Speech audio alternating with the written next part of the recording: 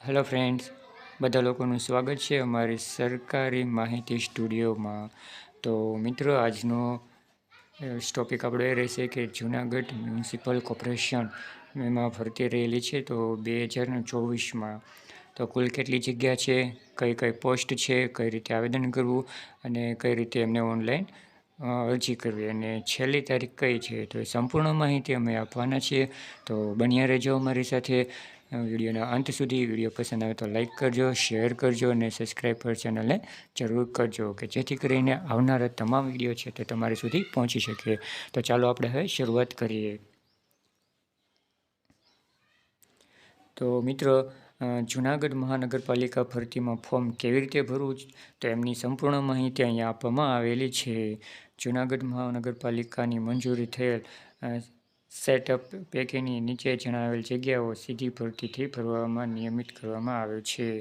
તો નમૂના જૂનાગઢ મહાનગરપાલિકા વેબસાઇટ દ્વારા માત્ર ઓનલાઈન અરજીઓ મંગાવવામાં આવેલી છે. તો મિત્રો, આની અરજી છે તો આપણે ઓનલાઈન કરવાની રહેશે.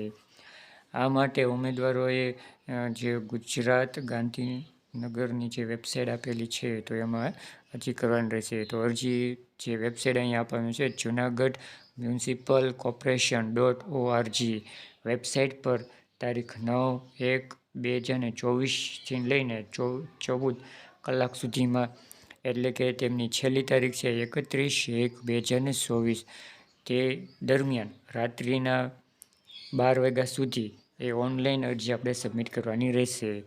તો જૂનાગઢ મ્યુનિસિપલ કોર્પોરેશન ભરતીમાં ફોર્મ ભરવાની છેલ્લી તારીખ 31/1/2024, એટલે કે 31 જાન્યુઆરી 2024 રહેશે.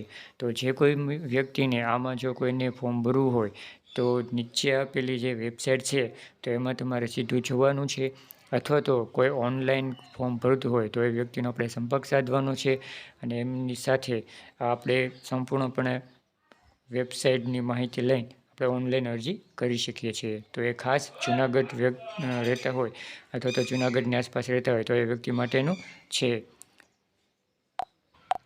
તો મિત્રો, જૂનાગઢ મહાનગરપાલિકામાં 2024માં જે 31 તારીખ સુધીમાં છે તો એ છેલ્લી તારીખ રહેશે.